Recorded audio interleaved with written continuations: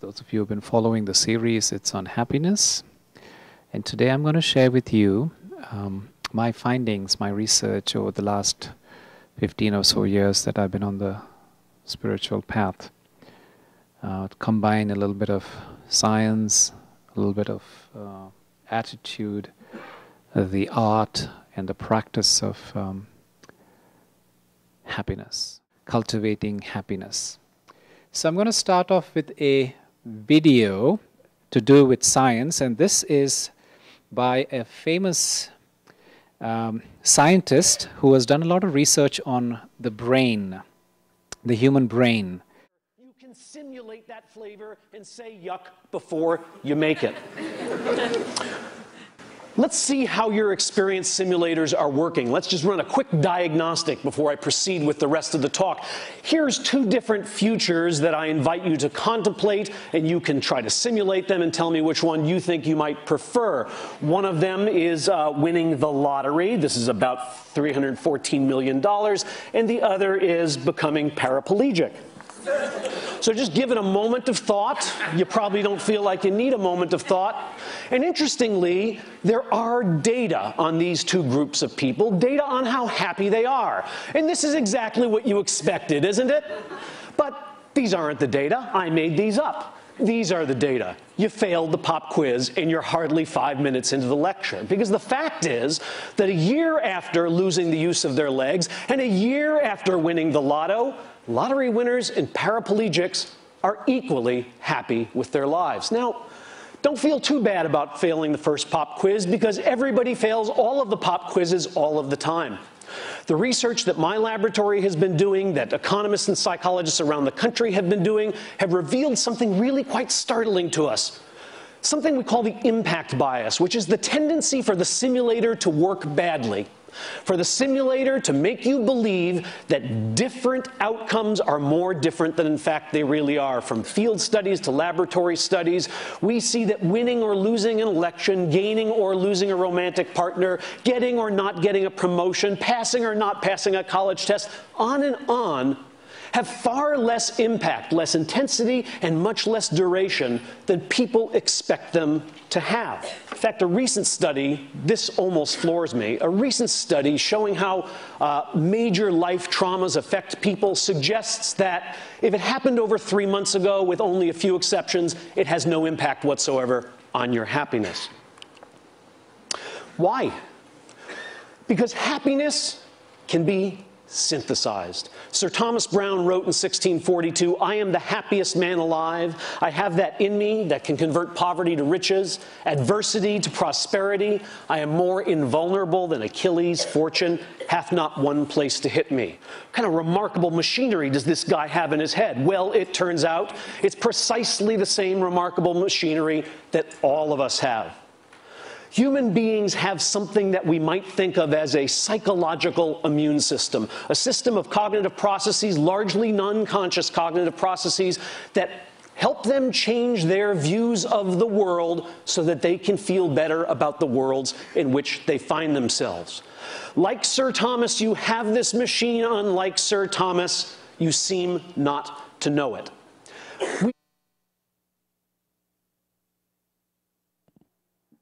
So I'm going to pause there.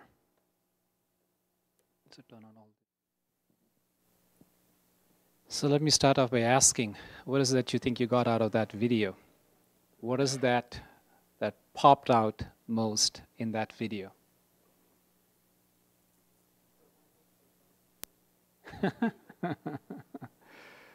Okay. We are? Well, that's a good thing. Are we resilient, really? No, really. I mean, if anything happens, when like a dog dies, the plant died, are people usually resilient, or are they bawling and, this as if the world just came to an end? Right? So okay, yeah, so resilience. I mean, I wish we were more resilient, right? So I think one of the points that the scientist was trying to say was that we actually have this within us, but we seem not to know it. All right? So these are inherent qualities that are there. So it's very important to note that one of the big things, the pursuit of happiness does not lie in the pursuit of stuff, as you could clearly tell. And the pursuit of happiness also is not tied to any sort of a life-changing event that you've just witnessed. Anything that's 3 months or older, very important, 3 months or older, seems to have almost nothing, no impact on your state of happiness. So, as you clearly saw the statistics there, winning a multi-million-dollar lottery versus losing your hands and legs, after 12 months, both of them had the same level of happiness.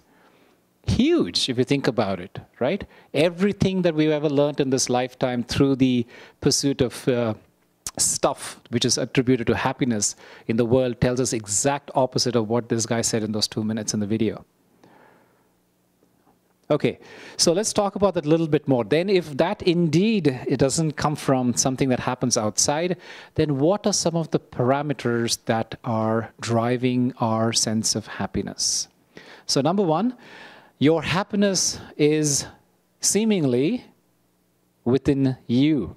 So the place that you go look for it is not on the pursuit of finding it somewhere, someplace, with somebody, some partner, at some time, in some company, right? It seems to be something that you determine today, and it is a choice. Happiness is a choice. And that is something that only you can choose to trigger it or let it lie dormant. Number two, life may not give you what you want, but it certainly gives you what it needs. How many people have seen the hotel, what is that? There's an Indian movie, Hotel Marigold. Thank you. Yeah. So there's a very wonderful quote. I saw that on a plane flying to India. And it's about India. It's about these bunch of Westerners who go for a holiday in India, and they choose to retire there. And so there's a very beautiful quote that says, "All is well that ends well, and if it's not well, it is not the end." So I think this is referring to the same thing. So life is, the drama of life is beneficial, right? The fact that we're here, the fact that we have come to this point, right? The drama has been created to be beneficial, and every scene in it, whether we realize it or not, is actually there for our highest good. Sometimes they may seem like there are challenges that are standing in my way that seems to be affecting my sense of being able to accomplish and getting what I want. But that which is in the way, as one of my friends, Mike George, says, is the way. What's in the way is the way. And when you look at things from that perspective, that those obstacles are really trying to trigger some sense of consciousness raising state or consciousness raising activity where you are being pushed to go towards that which is your highest good. Right? So if everything was just smooth, there is no impetus, there's no incentive for me to do something better, faster, higher, greater, with greater compassion, with more tolerance, with a broader perspective, etc. So when something gets in the way, it is giving me the opportunity to expand my sense of what I think is my limits. Ultimately, coming back to life is really giving you everything that you need. And there is goodness in everyone. There's a beautiful quote that I heard some years ago. So you might think that, there's goodness in everyone, but then why do people give me a hard time? Why do these people do such things, such horrific activities that we see in the news or read in our history books, etc.? I mean, there's goodness in everyone. So if you heard the meditation that I opened with, at the core of every being, there's fundamentally 5 qualities. That is what makes us human. A human being is connected with fundamental 5 qualities that are everybody. We all converge on these 5 qualities. Peace. We seek peace. We seek joy. personal power, wisdom, and authenticity, purity. Right? So ultimately, these are the things that make life worth living. And this is why everybody does everything that they ever do, good or bad, in our perspective. Good or bad is our perspective. So then, what is it that, why do we perceive certain people to do certain, that, they're doing good or bad? That is my vision of it. But when I'm able to notice the goodness behind everybody's action, then what I'm doing is I am not actually fanning that which I don't like. Instead, I'm actually empowering that which I like in that individual to emerge. This is something that, if you have to take away one point, that would be it. When I see somebody, how can I, in the midst of all of the negativity, can I find one thing? So I talk about this experience. I was in India last December. I was there for 2.5 months, actually, trying to produce a huge conference for the first time in India at the intersection of technology, consciousness, and leadership. And there was this one person that we had to depend on this person. She was had a big role on the venue, etc. And completely selfish, completely self-centric, and not cooperating, and so on and so forth. And almost so that I was not able to sleep several nights. But then I did this one practice. I said, amongst the hundreds of things that I could find fault with this person, can I find one thing that I respect in this individual? Can I find one thing that she is doing good for the world? I could find one. I could find three, actually. And every time this person came up in my mind, because of the stuff that she was putting, the obstacles she was putting in our way, I would remember that one thing. I'd remember just that one thing. I said, this is what I want to focus on. And I tell you, I don't know what that did for anybody else, but it certainly let me sleep at night. Right? So this is how we encourage. There's enough for us to complain about in the world, but for us to be able to make a positive difference in helping the world heal, helping the world become a better place for us, our children, and our children's children, is empowering and encouraging the goodness that is there in individuals. And why is so much of happiness in history tied to this contemplative practice called meditation?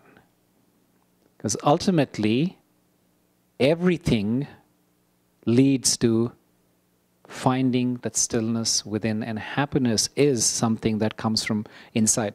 Several years ago, I was upstairs, I was reading a magazine, a newspaper. I hardly read newspapers, but this one particular newspaper had on the back page an article by some yogi from some tradition. I don't really know much about him. And there was a little blurb there, and I remember this one specific point that really caught my attention, and I still remember after, 6 or 7 years. And so that particular line that he said was, he says, that state of our pursuit of stuff, right? So we pursue acquiring material things, right? A car, house, whatever, right? A partner, etc., etc. And he says that joy actually lies in that moment where you have achieved that thing, right? You were on the pursuit of something, you achieved it, and there's a state of not wanting before the next wave of desire arises. He says, really the joy is in that moment of that, where the line is flat, where there's stillness. There is a state of not needing anything. And we are actually in the pursuit of that thing. We don't realize it. And I said, my God. Light bulbs went off in my head, and I said, that is so true. So I want to now tie some science behind this. So scientists have been studying the human brain, especially in the last 20 years. They've been studying through these things called EEG apparatus, etc., with fMRI and all of these other things coming more recently. And they've found that typically human beings have anywhere between 12 to 55,000 thoughts per day. Okay, so wide range, 12 to 55,000 thoughts. Think about rice farmer in China, somewhere in the 12,000 thought range. Stockbroker in New York, 55,000 thought range. And if you whittle that down, human beings have anywhere between 5 or somewhere close to about 40 to 60, right? So 5 thoughts per minute, very less, to 40 to 60 thoughts on the high end of the spectrum. So again, rice farmer in China, simple guy having less number of thoughts, a complex individual with a lot of desires and wants and things like that on the other end of the spectrum. What they have found is very interesting. They say that when a man or a woman or a human being is experiencing 5 thoughts per minute or less, you could be sitting in a fish market in India and experiencing peace, contentment, and bliss. Whereas, if you are sitting on a beautiful beach in Hawaii, having 30 thoughts per minute or more, you're experiencing misery. How's that for science? So, really, what is that telling you? What is that data telling you? Oh, sorry? Less thought, there is peace. Another thing, okay, that's one finding. Less thoughts is peaceful, correct? So what else is that telling you? Yeah. It's coming from within. It's true. Exactly. It has nothing to do with the environment that I'm sitting in. It is completely how I am perceiving all of this thing. What am I doing with all this information that is coming in through my 5 senses? And then, how is it that I am using that information to create a state of awareness? So, going back, so true peace comes from within. Now, this is another thing that I've learned from a friend, Ariana Huffington. Get out and look at life every day. Treat life as if it is rigged in your favor. Right? Despite everything that is happening out there, treat life as if it is conspiring. The world is, the universe is conspiring to make you successful, to make you happy.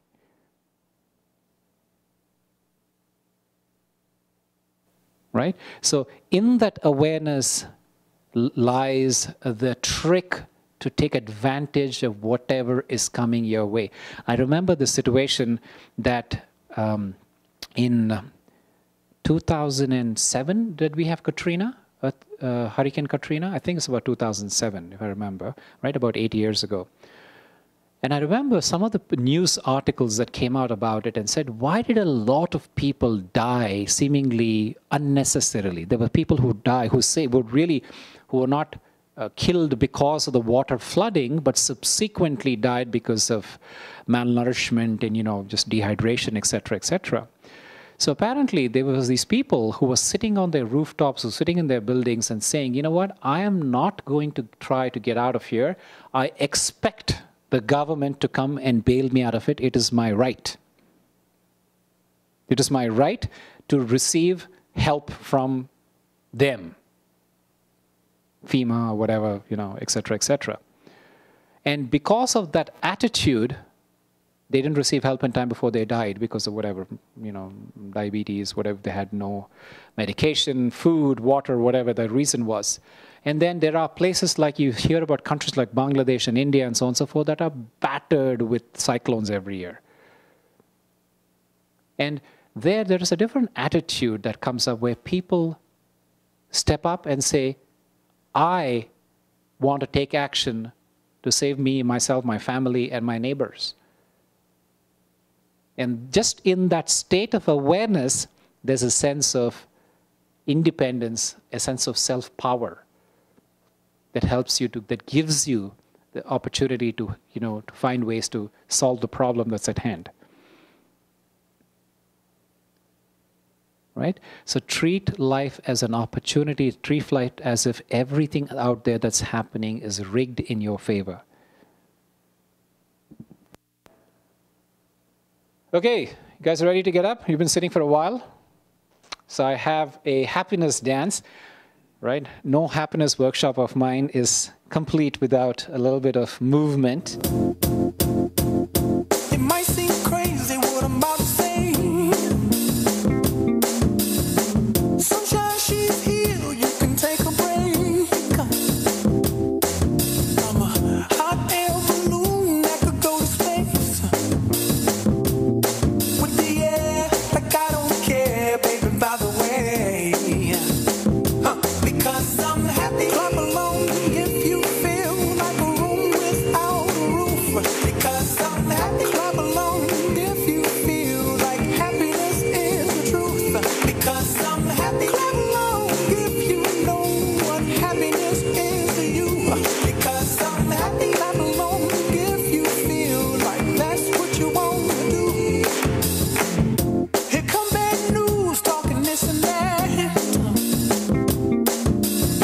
Well, give me all you got and don't hold it back.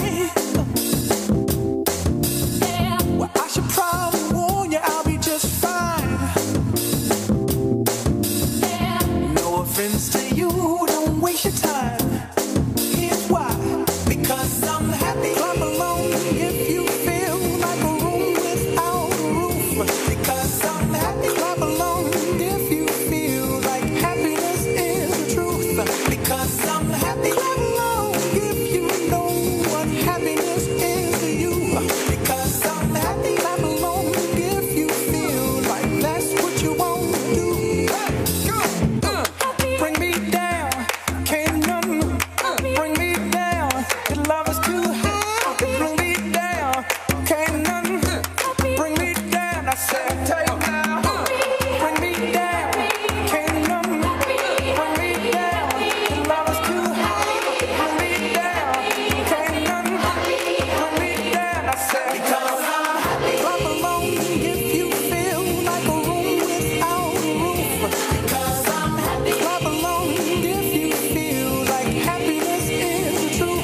Because I'm happy. Clap along if you know what happiness is to you.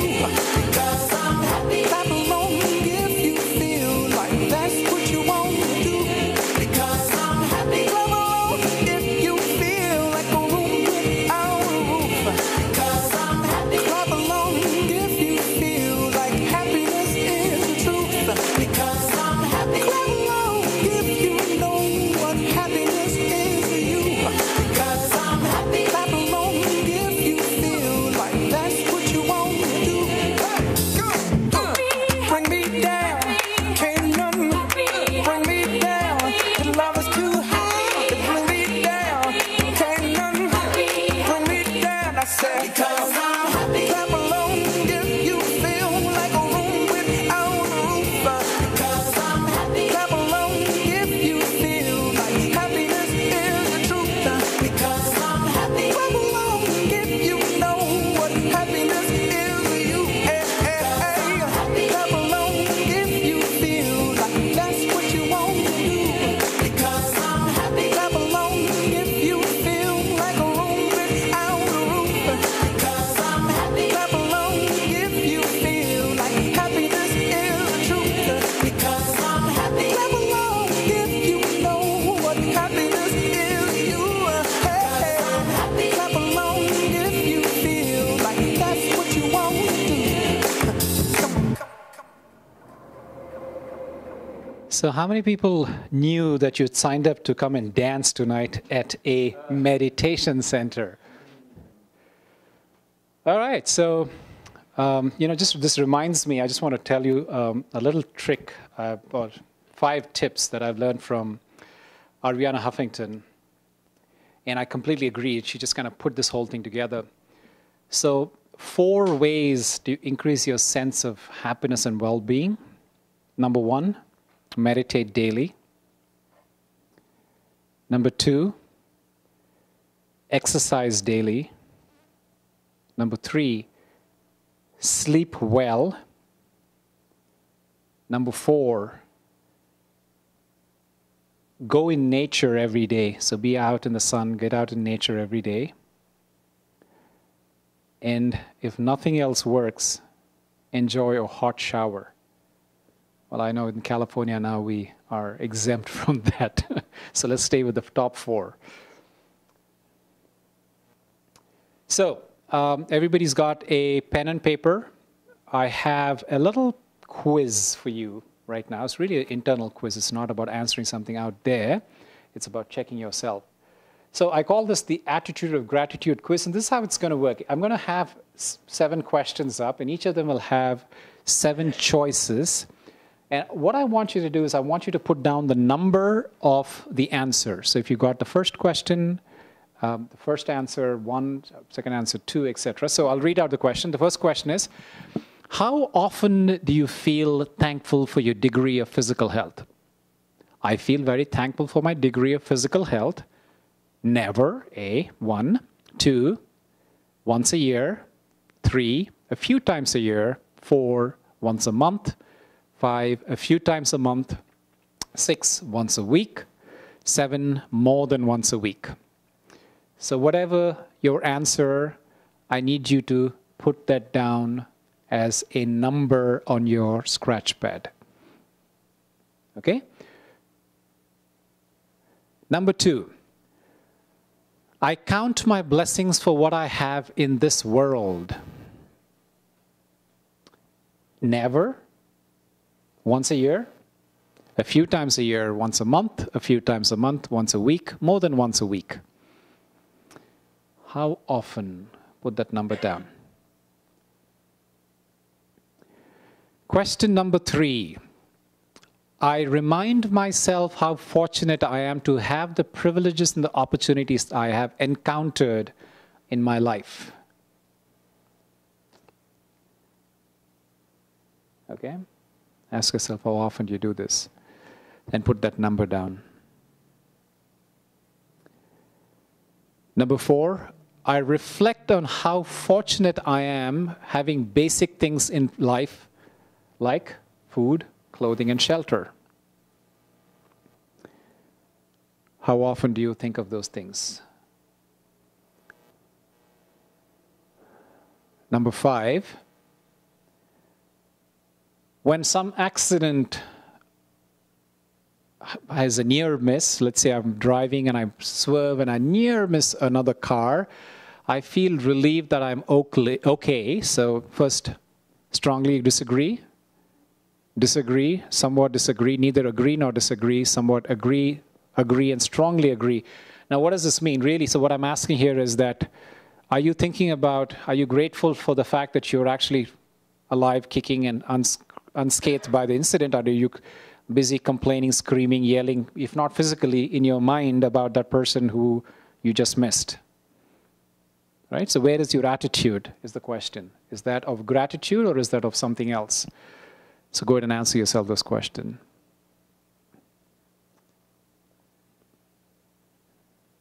Six, although I don't have everything that I ever wanted, I'm thankful for what I have. On a scale of 1 to 7, where do you think you fit most of the time?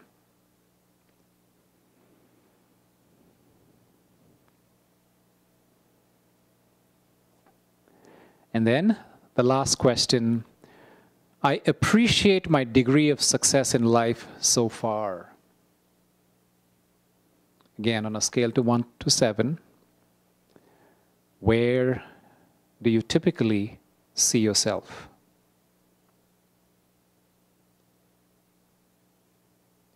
All right? So here's what I want you to do now. I want you to now add up those 7 numbers. Okay? Add those 7 numbers.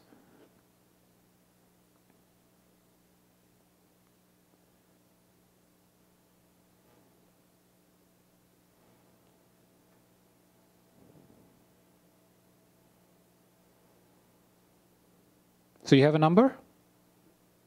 Okay? All right, so now ask yourself, you don't have to tell it aloud, where do you fall on this scale?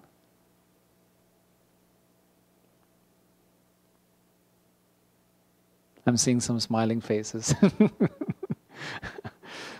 So, why don't we have a little bit of sharing, those who are open to sharing. So where did you fall on this chart? Did I have anybody on the 40 and above list here? Yeah? Okay.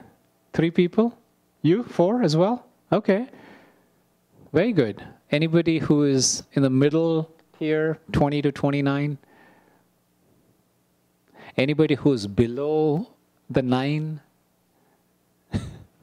Hey, I have people who come in, all sections of this thing.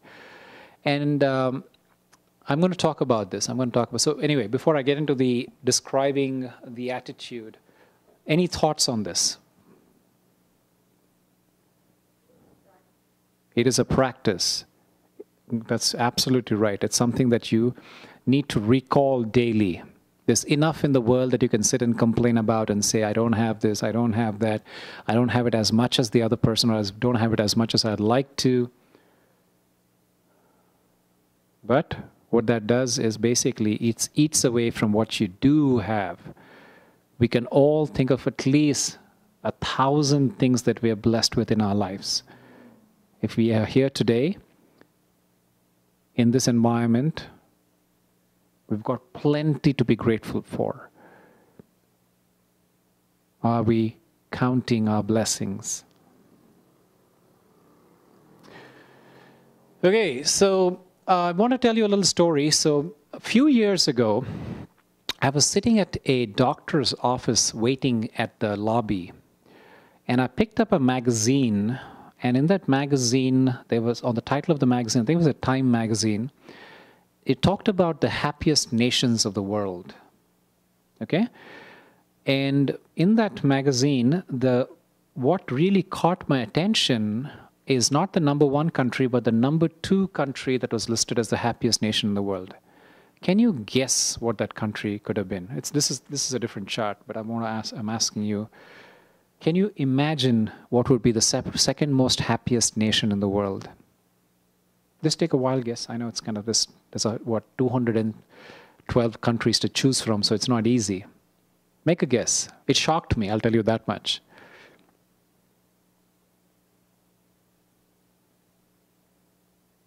Anybody? Well, that's a nice guess. Thank you, but it's not India. It was a neighbor of India, Bangladesh. And that totally, amazed me, because that's a country that consistently gets hit by cyclones every monsoon season and gets almost completely devastated, and they have to rebuild that country, and there's so much poverty, and there's so much that one could think that there's so much hopelessness there. But that was listed in that, very high up on that list. And that grabbed my attention, wanted me to read the article, and I went on to understand what are the things that contribute towards human happiness. And what I learned in that article was this: when you become very happy with receiving the smallest of things, like today, somebody comes and gives me, a box of chocolates, somebody gives me, a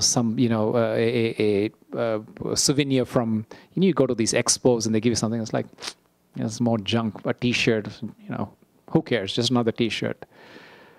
Right? So these people, when they're on the brink of having lost everything, or increases by 5%, because you realize everything that you had, that is really not yours. You've been blessed with that stuff. You're fortunate to have that stuff. And thereby your gratitude increases with age. Oh, by the way, do you guys know what is the opposite of the attitude of gratitude? Anybody? What is the opposite of gratitude? Yeah, you've been in many of my workshops, Tara. So, yeah, you're right. So, sense of entitlement, right? When something, I believe that this is my privilege, then it actually does the opposite of what gratitude does, which is it actually gets in the way of happiness. So grateful people will have a stronger bond with the local community, right? They feel the need to get out and do more stuff. Another thing, which when I moved from India to this country, I'm just being honest, you know, I'm now here, I've been here for a long time, and I think it's a community that's changing. But when I first came here, I was shocked at the level of isolation. I mean, neighbors don't know each other, unheard of. In fact, we have the other problem. There, everybody knows everybody's business. Yeah.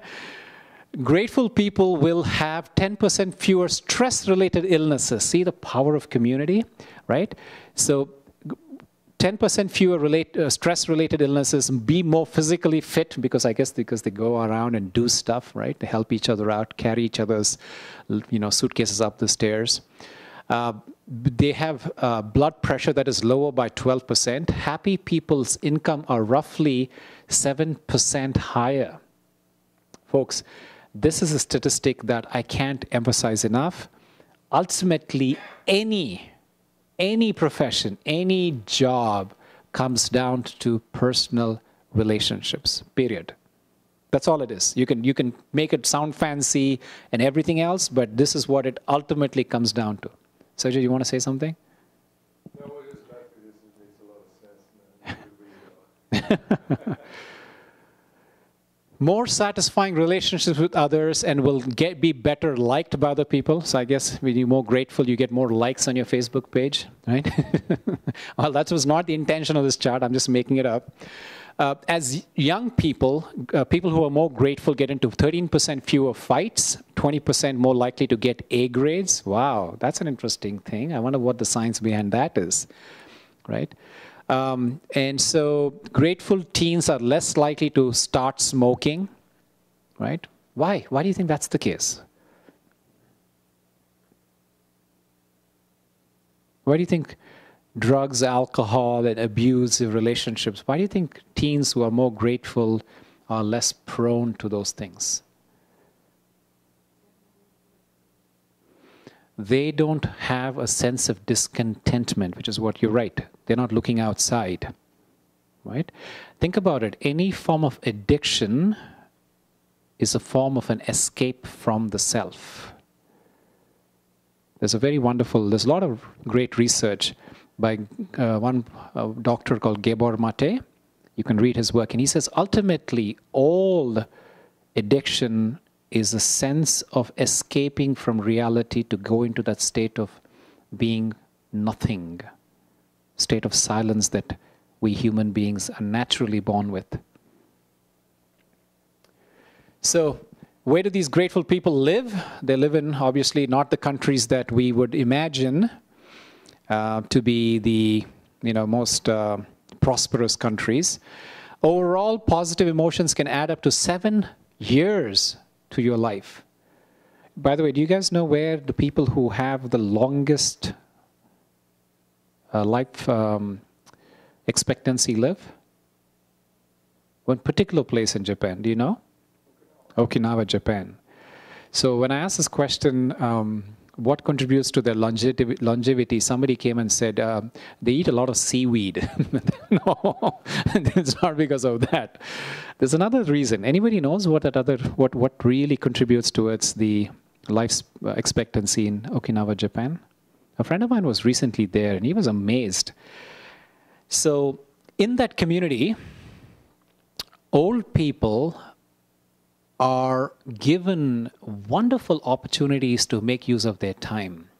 So old people are considered in that community to be really the bearers of the wisdom to pass on to the younger generations. Because, there's the people in between, right? Between their 16 and 60, they're off to work in that typical daytime between the hours of 8 to 6 or whatever. And so these old people have got a lot of community support to spend time with little children, doing activities that they love, and passing on the culture. So they feel so excellent, up until almost till they're 90. They have so much to contribute in terms of values, in terms of wisdom, in terms of life skills to the younger generations. So intergenerational interactions would be something that is very, very valuable from this lesson. So what are some of the benefits of the attitude of gratitude? It brings us happiness, reduces anxiety and depression. It's good for our bodies. We sleep better. We become more resilient. It strengthens our relationships. It promotes forgiveness. Think about times in your life. Think about times in your life when somebody did something to hurt you, somebody did something really mean.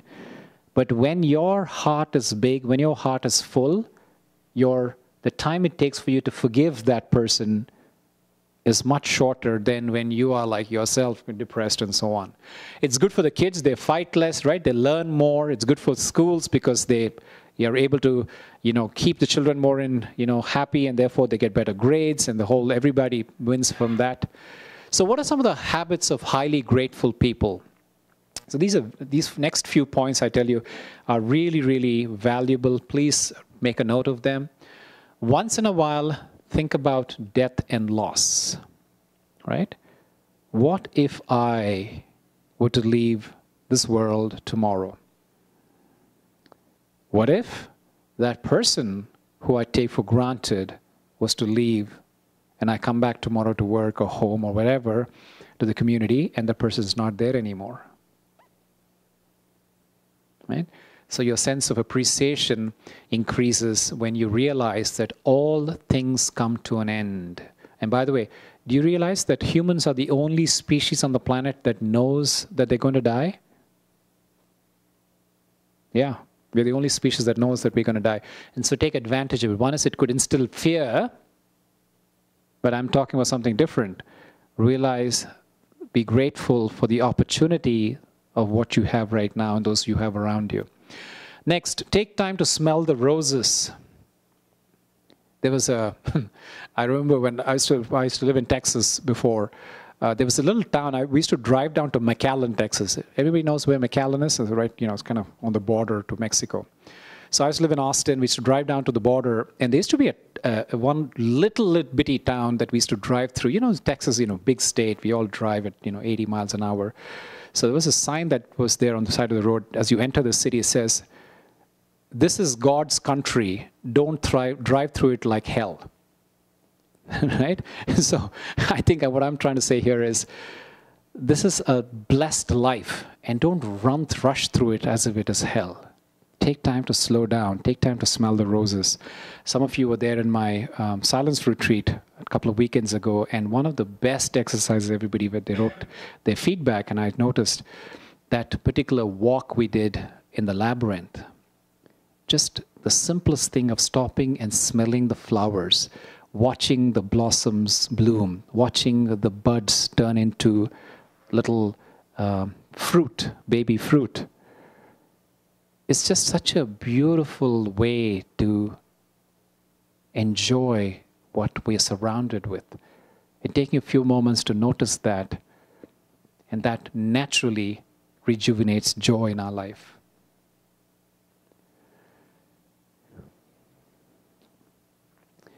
Take the good things in life as gifts and not as birthrights. I think I've talked about this, right? So the sense of entitlement actually eats away from the state of happiness, right? To notice and appreciate those things that we've been blessed with, that we are here as mere trustees. Very important word that we hear. We use that a lot around here at the Brahma Kumaris Center.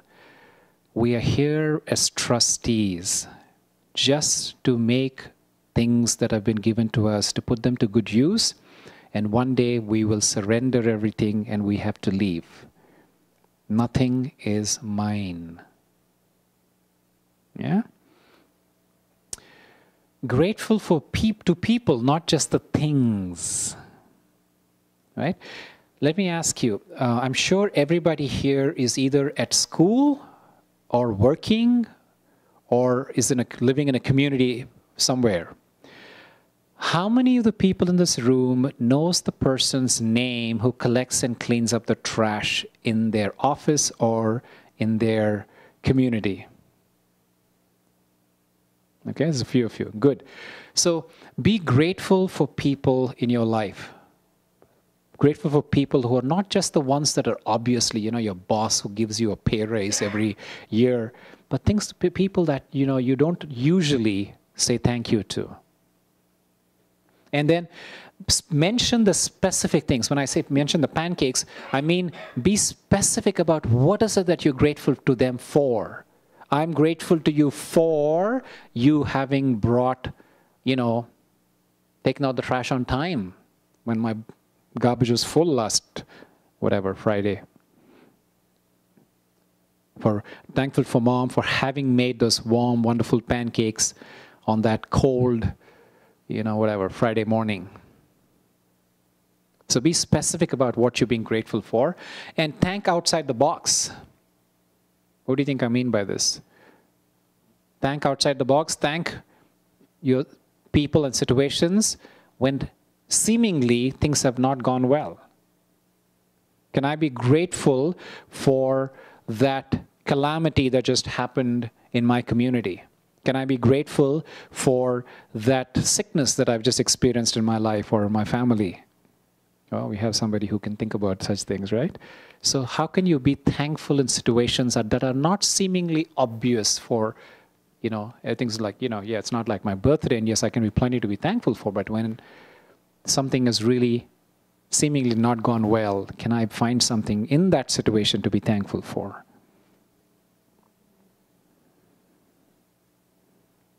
Okay, right, so that brings me to another video. And this guy is like a little guru of mine. He is a Franciscan monk by the name of Brother David Steele Rast. He lives in Austria. And I'm going to play you a few-minute video about his narration, which has been put into a beautiful visual effects.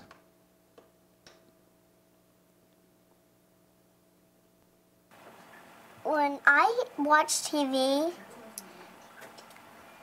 it's just some shows that are pretend, and when you explore, you get more imagination than you already had, and when you get more imagination, it makes you want to go deeper in, so you can get more and see beautiful things. Like the path.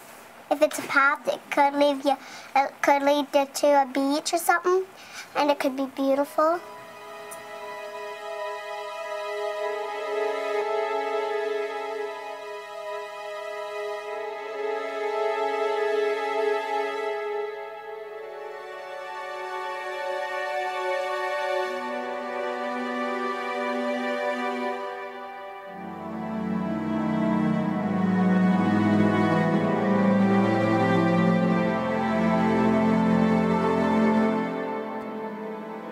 You think this is just another day in your life? It's not just another day. It's the one day that is given to you today. It's given to you. It's a gift. It's the only gift that you have right now, and the only appropriate response is gratefulness.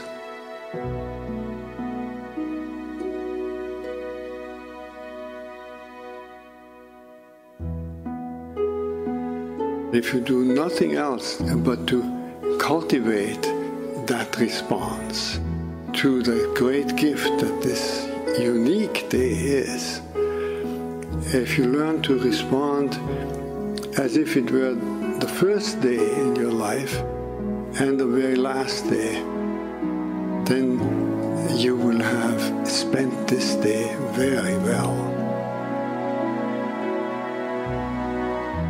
Begin by opening your eyes and be surprised that you have eyes you can open. That incredible array of colors that is constantly offered to us for pure enjoyment. Look at the sky.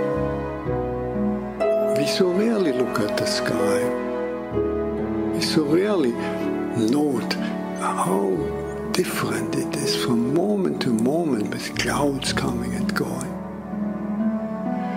We just think of the weather, and even of the weather we don't think of all the many nuances of weather. We just think of good weather and bad weather. This day, right now, has unique weather. Maybe a kind that will never exactly in that form come again.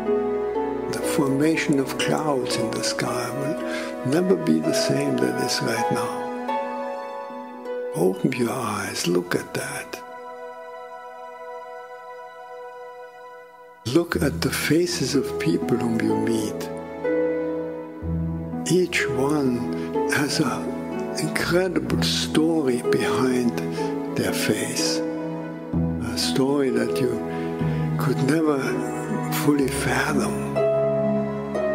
Not only their own story, but the story of their ancestors. We all go back so far. And in this present moment, on this day, all the people you meet, all that life from generations and from so many places all over the world, flows together and meets you here like a life-giving water if you only open your heart and drink.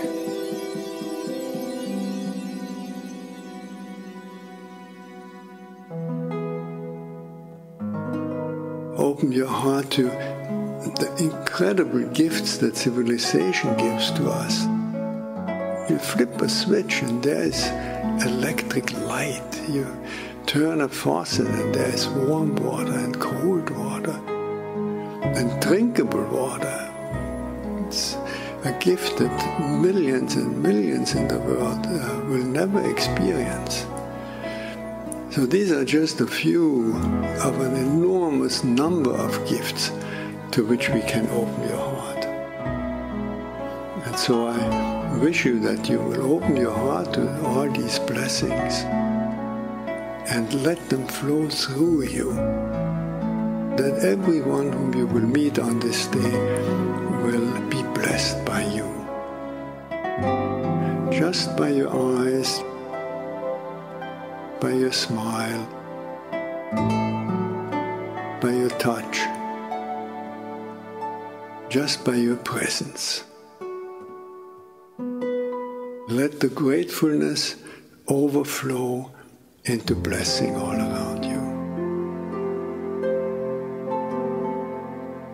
And then it will really be a good day.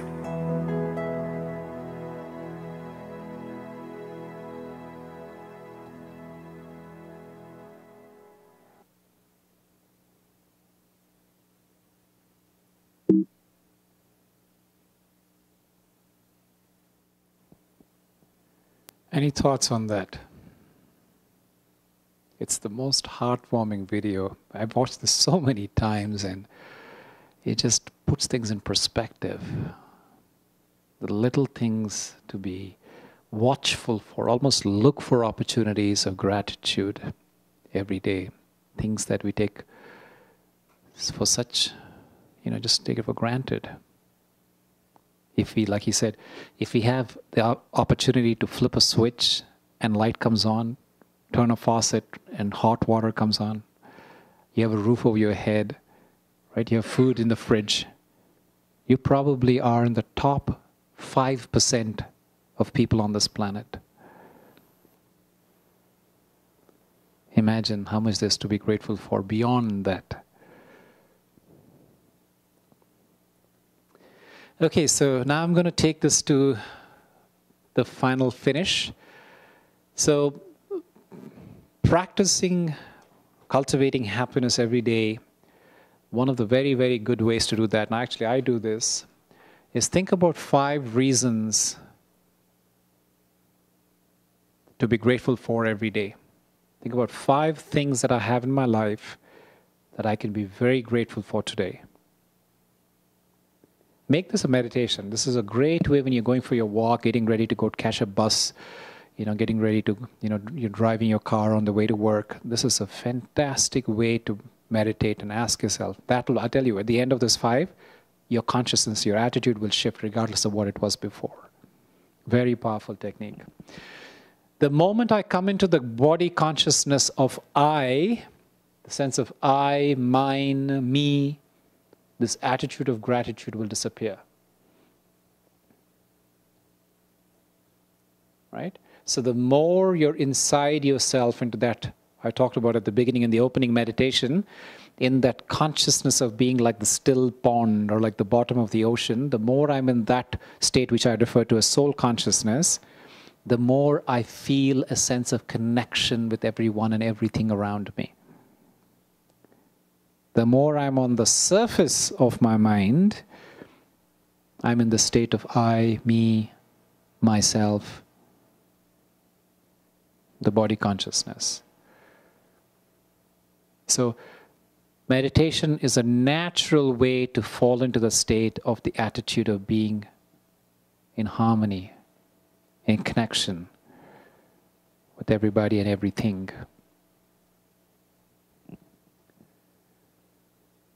So definitions of happiness, I think, is quite clear. Definition of happiness, it is different from excitement, right? Excitement, I'm going to the movies, it's my birthday tomorrow, or I'm going on a holiday. That's excitement. That's different from happiness, right? It is an inside job. It is not an occasional high, which means if it's an occasional high, that means there's going to be an occasional low, right? And my state of being, those 5 things that I described to you, peace, love, wisdom, power, happiness, are always there within me. So these are not spikes and troughs. So then what is happiness? Happiness is undisturbable contentment, right? Contentment that doesn't come because of something, it just is. And unbridled joy. Joy that comes from doing something which is most meaningful for you. What is your contribution? What is your place? What is your role on this planet? Why are you here in this world? When you're operating from the place of knowing your purpose in this world, there is a sense of joy. The universe is flowing through you. Folks, I can do a 1 weekend workshop on each of these points. Very, very important. The universe, the world, the universe does, the world that we live in today does not talk about these fundamental tools which makes us human, these 2 things here. So unfortunately, we are left to find this for ourselves. Left to find this thing that why are we here on this earth? What are we meant here to be doing? What is my purpose in life? Right? So those are tucked away in these 2 statements. And sometimes when you are 90, you may realize it. But then you look back at all your life that has gone by you and ask yourself, how much of that did I leave to the best of my purpose? To the highest of my potential, to my greatest values? If the answer is a blank, that will be a very, very sad situation. Right? So places like this, you tend to touch upon these subjects. Okay, meditate daily, because the answers are inside. Exercise regularly. That has a direct and deep impact on your state of happiness. Get out in nature, right? Get out in the sun, get out into the woods, get out into the forest, get out into the trees. Sleep well. What was the 5th one? Good. Hot shower. I didn't put that on here because the state will go after me. What are you grateful for today? Right? So this attitude of gratitude. Ask yourself 5 reasons for things that I'm grateful for today. And with that, I'd like to do a closing meditation, but that's my contact information. I write a regular blog. I send out a daily message. I think some of you people in the room get that. A daily WhatsApp number where you get a message. And any questions before we get into the closing meditation? Okay, in that particular, so the question is, for the sake of the recording, the second happiest country in that particular year was Bangladesh. What was the number 1, right? That was Nigeria back then, I remember. Yeah. But I don't know that much about Nigeria. I've never been there, but I have friends from Bangladesh, and I read a lot about that, and that's what caught my attention. And I think, unfortunately, Nigeria has changed a lot in the last 7 to 10 years since I've read that article.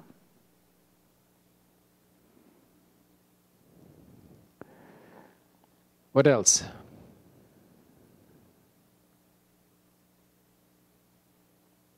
Yeah.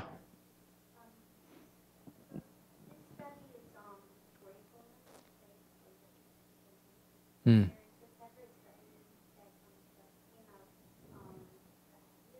Mm.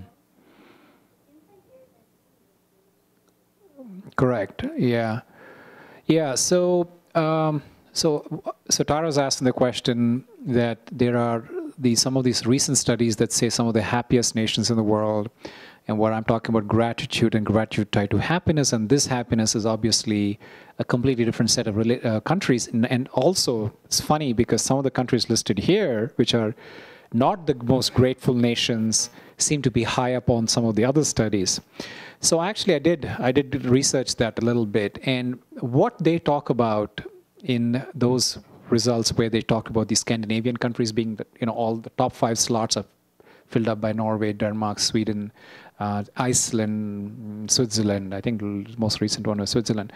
And I've been to Switzerland. Okay, so here's whenever I answer, my data comes from 3 different places, right? So there is the scientific data, right? And there is the philosophical data, and there is something called common sense. And this is my life's journey. I've traveled to some of these countries, and I observe. So some come from my personal, hopefully objective observation of situations. I went to Switzerland, and I did not find the people to be the most happy and cheerful people out in the world. I truly did not. I mean, yes, they have plenty going for them.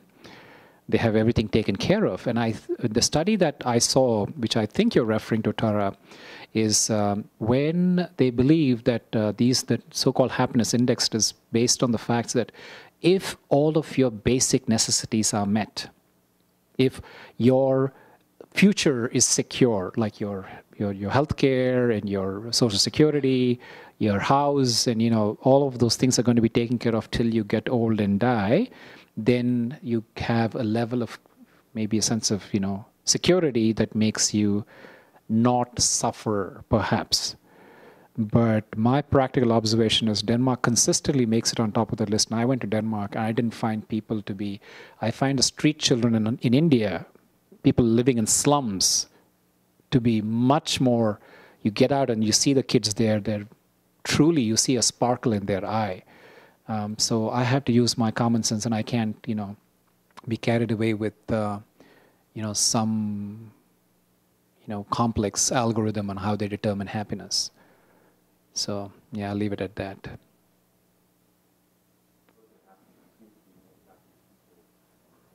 Okay, so tell me your name again. John says, for the sake of the recording, so the 3 criteria, when you have clean water, right, and then there's no immediate threat of malaria. And then the third was when you have just enough to get by, just enough. And that makes you the happiest. Not too much? Yeah, we don't need that. It's okay. I'm repeating everything, so don't, yeah. Not too much, just enough. Oh yeah, when you have not too much, but just enough to get by, then you are, so those are the happiest nations. So sort of seemingly at the very cusp of possessions is where the secret of the sweet spot of happiness seems to lie. That's great. Thank you, John. That's from John's personal travels to 81 countries. So we have another theory here to add to the list. Anything else? Basically a suggestion to increase your gratefulness. Yeah. They spend some time in a third world country. Oh yeah. Sergio's excellent advice, and I highly recommend this. One of the reasons we call this organization called American Field Services to a Peace in the Park, our festival every year in the park, is I think one of the ways to grow your peace, happiness, everything, in many ways, I think even your own spirituality, is when you travel. I completely agree. When you get out of your box, your little box that you were born in, and you go out and see the world, I think it lends highly to your sense of maturity and understanding. You know, there's a beautiful thing that we do something called the Men's Wisdom Circle here in this room.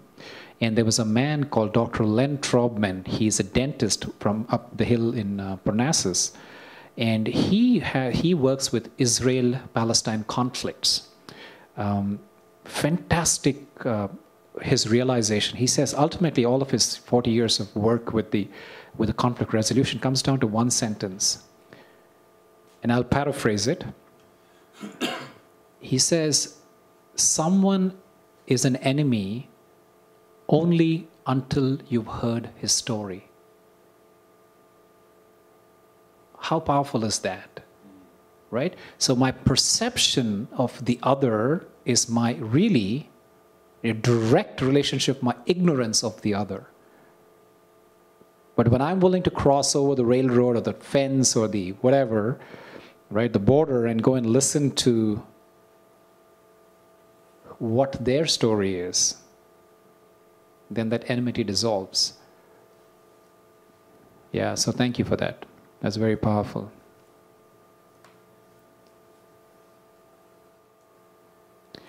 Okay, so I'm going to do a closing meditation. This is a little reflection to wrap all of these ideas into one little consciousness. I ask that you sit comfortably, whatever that means to you.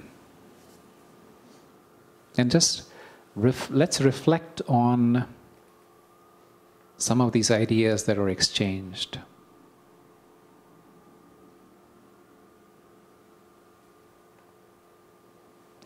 So to start with, let me recall 5 things in my life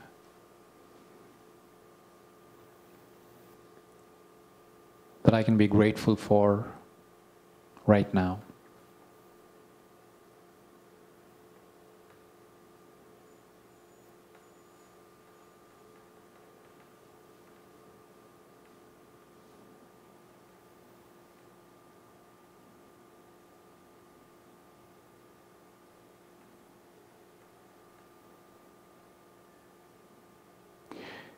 I'm grateful for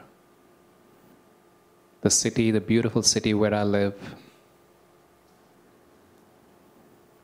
You could be grateful for the security, not just to live, but also to express your views and your interests and your point of your faith tradition, your practice, your point of view, which unfortunately is not possible in many parts of the world.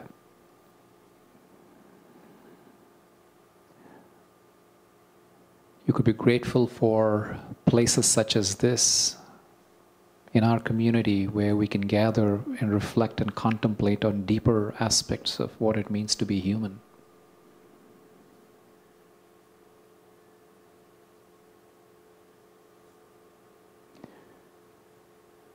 You're grateful for the tools and technology that we are blessed with in this particular point in human history, where even a soft voice can be heard across the globe.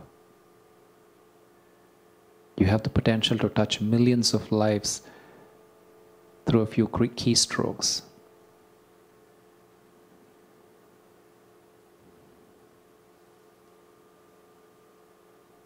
And then think about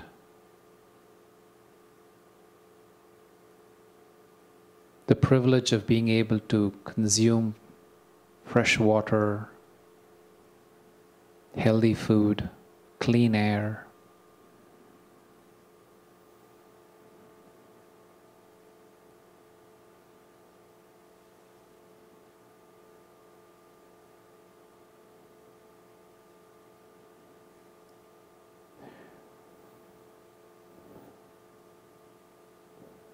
I've been blessed with a wonderful life, and the universe is doing everything it can to make this journey meaningful, purposeful.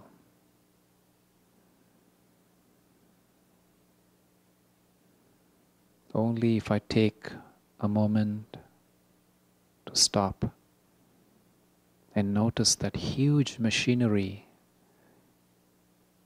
that is working for me.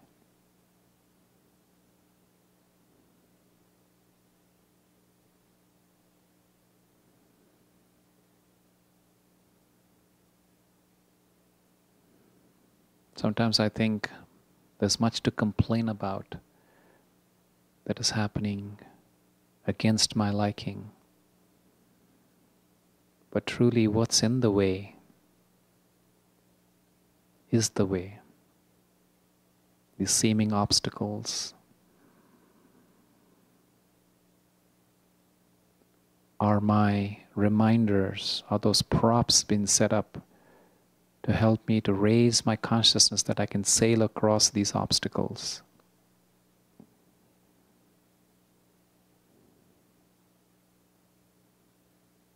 To find new insights, to look at things with different eyes.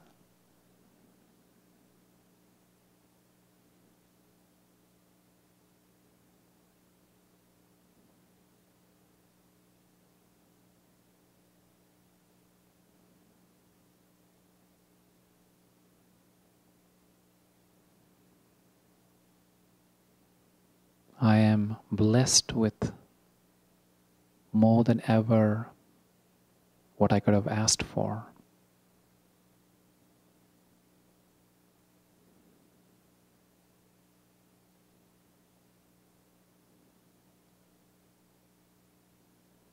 I'm grateful to Source or God or whatever you want to call that higher being. I'm grateful to Mother Nature. I'm grateful for my fellow travelers, my family, my colleagues, my neighbors.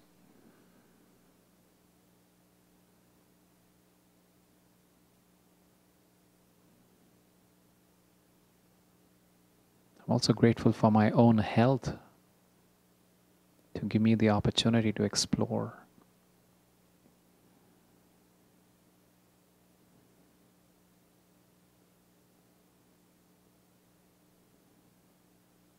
And then I ask myself, what can I give to extend this gratitude to someone else?